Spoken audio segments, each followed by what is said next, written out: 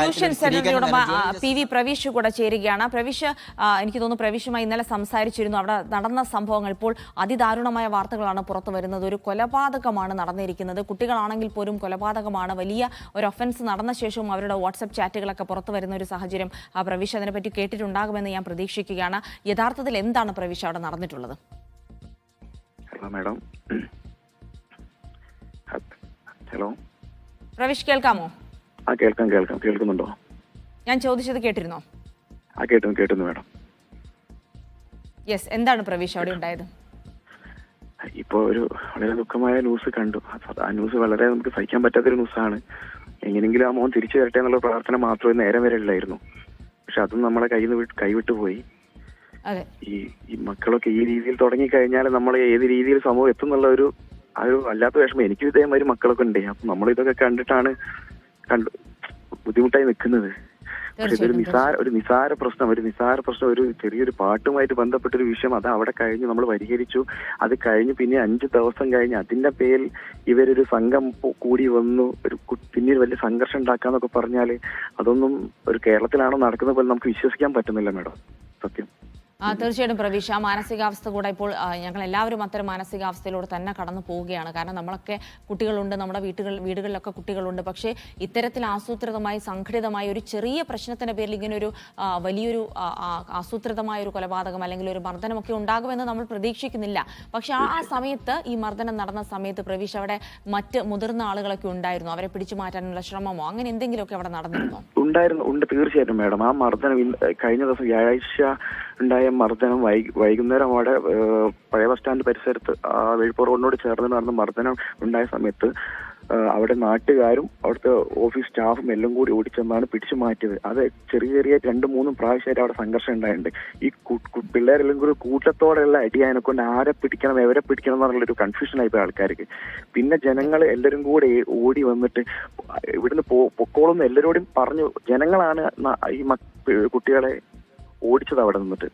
അപ്പം ഒരു ചെറിയ നേരത്തേക്ക് അവിടെ കുട്ടികൾ തമ്മിലൊരു വലിയ സംഘർഷം അവിടെ രൂപപ്പെട്ടിട്ടുണ്ട് കുറഞ്ഞ സമയം.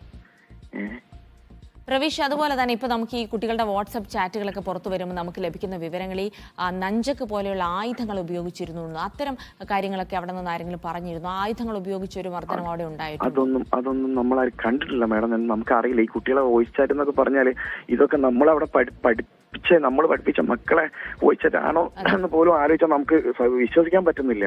ഇത്രമാത്രം ക്രൂരത അവരുള്ളിൽ ഉണ്ടോ എന്നുള്ളത് നമുക്ക് വിശ്വസിക്കാൻ പറ്റുന്നില്ല. എന്താന്ന് പോലും നമുക്ക് മനസ്സിലാവുന്നില്ല മാഡം. ഇങ്ങനെയൊക്കെ കുട്ടികൾ എന്തുകൊണ്ട് ചിന്തിക്കുന്നു എന്നുള്ളത് പോലും നമുക്ക് മനസ്സിലാവുന്നില്ല. തീർച്ചയായിട്ടും പ്രവീഷ്, താങ്കളുടെ മാനസികാവസ്ഥ കൂടെ മനസ്സിലാക്കുകയാണ്. കാരണം വലിയൊരു ട്രോമയിലൂടെ കടന്നു പോകുന്ന ഒരു അവസരം തന്നെയാണ്. പ്രവീഷ്, നമുക്ക് മറ്റൊരു കാര്യം പറയാം. അതായത് ഇത് വിദ്യാർത്ഥികൾ തമ്മിലുള്ള സംഘർഷം മാത്രമാണ്, പുറത്തുനിന്നുള്ള മറ്റിടപെടലുകൾ എന്തെങ്കിലും ഇതിൽ ഉണ്ടായിട്ടുണ്ടോ? ഇല്ല മാഡം, നമുക്ക് അങ്ങനെ അറിയില്ല. അതിനെപ്പറ്റി വിശദമായിട്ട് നമുക്കറിയില്ല. നമ്മൾ ഈ ഒരു വിവരം മാത്രമേ നമ്മൾ കണ്ടിട്ടുള്ളൂ, അറിഞ്ഞിട്ടുള്ളൂ മാഡം. ഇതിനുള്ളിൽ എന്തുണ്ടോ എന്നുള്ളത് നമുക്ക് അറിയില്ല. അതെ, അതായത് ഈ അടി പിടി നടക്കുന്ന സമയത്ത്, ഈ മർദ്ദനം നടക്കുന്ന സമയത്ത് അത് പ്രവീഷ് നേരിട്ട് കണ്ടിരുന്നോ? ഇല്ല, കണ്ടില്ല. ഞാൻ അവിടെ ഇല്ലായിരുന്നു മേഡം സ്ഥലത്ത്. എന്നെ ഈ സംഘർഷത്തിലേക്ക് കുട്ടികളെ എല്ലാം അവിടെ തമ്പടിച്ച് നിൽക്കുന്ന സമയത്ത് ഒരു കൂൾ ബാർ ഉണ്ട് അവിടെ. നിങ്ങൾ ഇന്നലെ ഫൈറ്റ് എടുത്തല്ലോ കൂൾ ബാറിലെ ഉടമ. ആ കൂൾ ബാറിലെ ആൾ വിളിച്ച് പറഞ്ഞാണ് ഇങ്ങനെ പിള്ളേർ ഇവിടെ തമ്പടിച്ച് നിൽക്കുന്നുണ്ട്, പെട്ടെന്ന് ഇവിടെ വരണം. അപ്പോൾ തന്നെ ഞാൻ അവിടെ ഓഫീസിലേക്ക് വിളിച്ചിട്ട് ഓഫീസിലെ ടീച്ചേഴ്സ്, സാറും അവിടെ ഓഫീസ് സ്റ്റാഫും കൂടെ അപ്പൊ തന്നെ അവിടേക്ക് ഇറങ്ങിപ്പോയി. അപ്പോഴേക്ക് അവർ നാട്ടുകാരും കൂടി എല്ലാവരും കൂടി സംഘടിച്ചാണ് ഈ സംഘർഷം ഉണ്ടായ സമയത്ത് അവർ പിടിച്ചു മാറ്റിയതും അവിടെ നിന്ന് മാറ്റിയതൊക്കെ അങ്ങനെയാണ്. ശരി പ്രവീഷ്, എന്തായാലും നന്ദി അവസരത്തിൽ പ്രതികരിച്ചതിന്. താങ്കളുടെ മാനസികാവസ്ഥ കൂടെ മനസ്സിലാക്കുന്നുണ്ട്. കാരണം ഇത്തരം ഒരു ചെറിയ സംഘർഷം, അതായത് ഒരു ഫെയർവെൽ പാർട്ടിക്കിടെ അത് പാട്ട് വെക്കുന്നു, അത് നിന്നു പോകുന്നു, അതിനിടയിൽ ഒരു കൂകലുണ്ടാകുന്നു. ഈ ഒരു ചെറിയ വിഷയമാണ്, അത് വിട്ടുകളയാൻ പോലും കഴിയാതെ അത് പിന്നീട് ആസൂത്രിതമായി സംഘടിച്ച് മർദ്ദനത്തിലേക്ക് എത്തിച്ച് ഒരു വിദ്യാർത്ഥിയെ കൊലക്കിരയാക്കിയ ഒരു വിദ്യാർത്ഥി സമൂഹത്തിനോടാണ് നമ്മൾ ചോദിക്കുന്നത്. എന്താണ് നിങ്ങൾക്ക് പറ്റിയതെന്ന് അതിനുത്തരം പറയേണ്ടത് അവർ മാത്രമല്ല, അതിന് രക്ഷിതാക്കളായ നമ്മൾ ഓരോരുത്തരും, സമൂഹത്തിൽ ഓരോരുത്തരും അതിന് ഉത്തരം പറയാൻ ബാധ്യസ്ഥരാണ്. പക്ഷേ എന്തുകൊണ്ട് നമ്മുടെ കുട്ടികൾ ഇത്തരം ചിന്തകളിലേക്ക്, ഇത്തരം കാര്യങ്ങളിലേക്ക് കടക്കുന്നു എന്നുള്ളത് ഇപ്പോഴും സത്യം പറഞ്ഞാൽ പലർക്കും അത് വിശ്വസിക്കാൻ പോലും പറ്റാത്തൊരു സാഹചര്യമുണ്ട്. ഈ വാർത്ത കേട്ടിട്ട് പലരും പറയുന്നത് വിശ്വസിക്കാൻ പോലും കഴിയുന്നില്ല എന്നുള്ളതാണ്. അത്തരമൊരു സാഹചര്യം കൂടിയാണ് നിലനിൽക്കുന്നത്. നമുക്ക് ഫൈസൽ നെടുമ്പാലയിലേക്ക് ഒരിക്കൽ കൂടെ പോകാം. ഫൈസൽ, അതായത് ഇങ്ങനൊരു പരിപാടി നടക്കുന്നു, അവിടെ ചില പ്രശ്നങ്ങൾ ഉണ്ടാകുന്നു, പിന്നീട് ഒരു പക്ഷേ സോഷ്യൽ മീഡിയ ഉപയോഗിച്ചുകൊണ്ടായിരിക്കണം അവർ ഇത്തരം ഒരു ആസൂത്രിതമായി ഇങ്ങനെയൊരു പ്രശ്നം ഉണ്ടാക്കണം, അല്ലെങ്കിൽ അതിന് അന്ന് കൂകിയ ഒരാളിനെ അവർ നോട്ടമിട്ട് വെച്ചിരിക്കുകയായിരിക്കും. അതൊക്കെ അതിനുശേഷം നടന്ന സംഭവങ്ങളാണ്.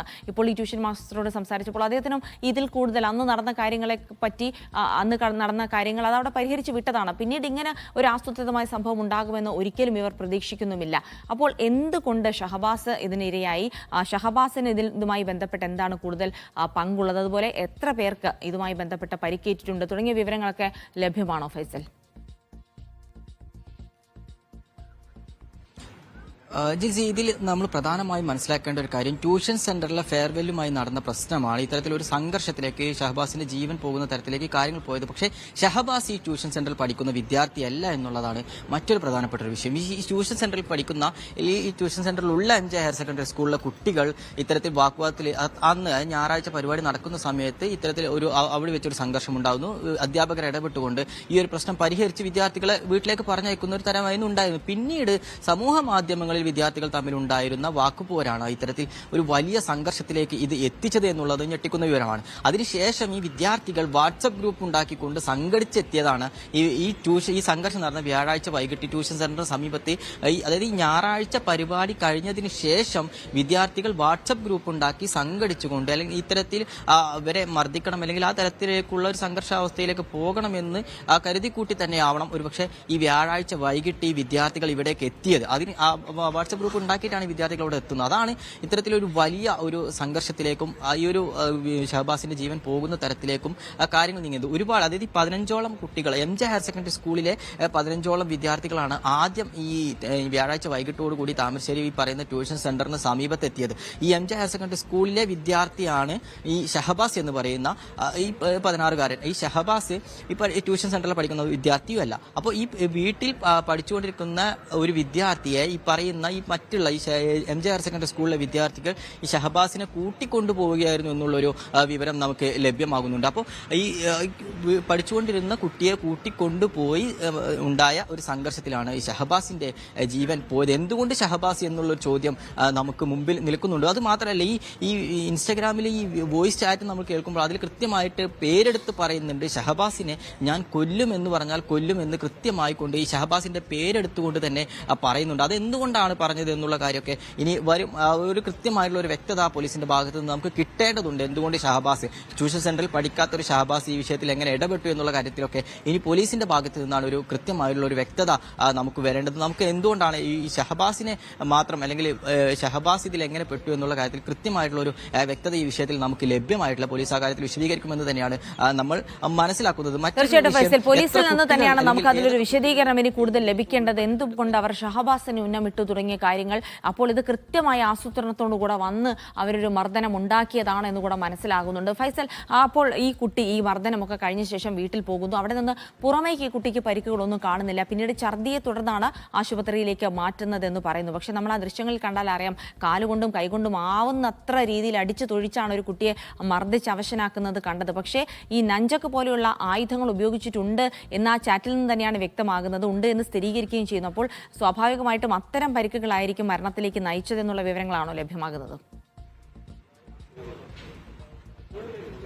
തീർച്ചയായും ജിൽ സൂചിപ്പിച്ച പ്രധാനപ്പെട്ട ഒരു കാര്യം തന്നെയാണ്. നെഞ്ചക്ക് ഉപയോഗിച്ചുകൊണ്ടുള്ള ആ മർദ്ദനം തന്നെയാണ് ഈ വിദ്യാർത്ഥിയുടെ മരണത്തിലേക്ക് നയിച്ചത് എന്നുള്ളത് തന്നെയാണ് പോലീസിന്റെ ഭാഗത്ത് നിന്ന് കിട്ടുന്ന പ്രാഥമിക വിവരം. ഇത് ഈ മർദ്ദനത്തിന്റെ അല്ലെങ്കിൽ ഇത്തരത്തിലുള്ള പാടുകളൊന്നും പുറത്തേക്ക് കണ്ടിട്ടില്ല എന്നുള്ളതും നേരത്തെ തന്നെ വ്യക്തമായിട്ടുള്ള ഒരു കാര്യമാണ്. ഈ വിദ്യാർത്ഥി നേരത്തെ സൂചിപ്പിച്ചതുപോലെ തന്നെ അവശ നിലയിൽ വീട്ടിൽ ഇരിക്കുന്നത് കണ്ടു, ഛർദ്ദിച്ചു. അപ്പോൾ ആ ഒരു ഇതിനെ തുടർന്ന് രക്ഷിതാക്കൾ അന്വേഷിച്ചപ്പോഴാണ് ഇത്തരത്തിലൊരു സംഘർഷം നടന്നിട്ടുണ്ടെന്നുള്ള കാര്യം രക്ഷിതാക്കൾക്ക് വിവരം കിട്ടുന്നു. അതിനുശേഷമാണ് ഈ ഒരു വിദ്യാർത്ഥിയെ താലൂക്ക് ആശുപത്രിയിലും പിന്നീട് ഗവൺമെന്റ് മെഡിക്കൽ കോളേജിലേക്കും ഒക്കെ എത്തിക്കുന്നത്. ആ കുട്ടിയുടെ ഓരോ സമയത്തും ആരോഗ്യനില മോശമായി കൊണ്ടുപോവുകയായിരുന്നു എന്നുള്ളതാണ്. അതീവ ഗുരുതരാവസ്ഥയിലേക്ക് പോകാനുള്ള ഒരു കാരണം. വിദ്യാർത്ഥികൾ അടി കഴിഞ്ഞു കൂടെയുള്ള വിദ്യാർത്ഥികൾ തന്നെയാണ് ഈ കുട്ടിയെ വീട്ടിലേക്ക് എത്തിക്കുന്നത്. അപ്പോൾ അത്തരത്തിൽ ആ ഒരു സമയത്ത് ഒരുപക്ഷെ ഈ വിദ്യാർത്ഥികൾ ഇത്ര ഗുരുതരമായിക്കൊണ്ട് ഈ ഷഹബാസിന് മർദ്ദനം ഏറ്റിട്ടുണ്ട് എന്നുള്ള കാര്യം മനസ്സിലാക്കിയിട്ടുണ്ടാവില്ല എന്ന് വേണം ഈ ഒരു അവസരത്തിൽ നമ്മൾ കരുതാൻ. കാരണം ആ ഒരു സമയത്ത് അത്രയും സീരിയസ് ആയിട്ടുള്ള പ്രശ്നം ഉണ്ടായിരുന്നെങ്കിൽ ഒരുപക്ഷെ ആ സമയത്ത് തന്നെ ആശുപത്രിയിലേക്ക് കൊണ്ടുപോകുന്ന ഒരു സാഹചര്യം ഉണ്ടാകുമായിരുന്നു. എന്നാൽ അത്തരത്തിലേക്ക് കടങ്ങളൊന്നും വിദ്യാർത്ഥികൾ കടന്നിട്ടില്ല. ഈ കുട്ടിയെ വീട്ടിലേക്ക് കൊണ്ടാക്കുകയാണ് ചെയ്തത്. വീട്ടുകാർ അന്വേഷിച്ചതിന് ശേഷമാണ് ഇത്തരത്തിലൊരു സംഘർഷം അവിടെ നടന്നിട്ടുണ്ടെന്നും ഈ ഷഹബാസിന് മർദ്ദനം ഏറ്റിട്ടുണ്ട് എന്നുള്ള കാര്യത്തിലൊക്കെ വീട്ടുകാർക്ക് മനസ്സിലാകുന്നത്. അതിനുശേഷമാണ് ഈ വിദ്യാർത്ഥി ആശുപത്രിയിലേക്കൊക്കെ മാറ്റുന്നത്. ജിൽസി.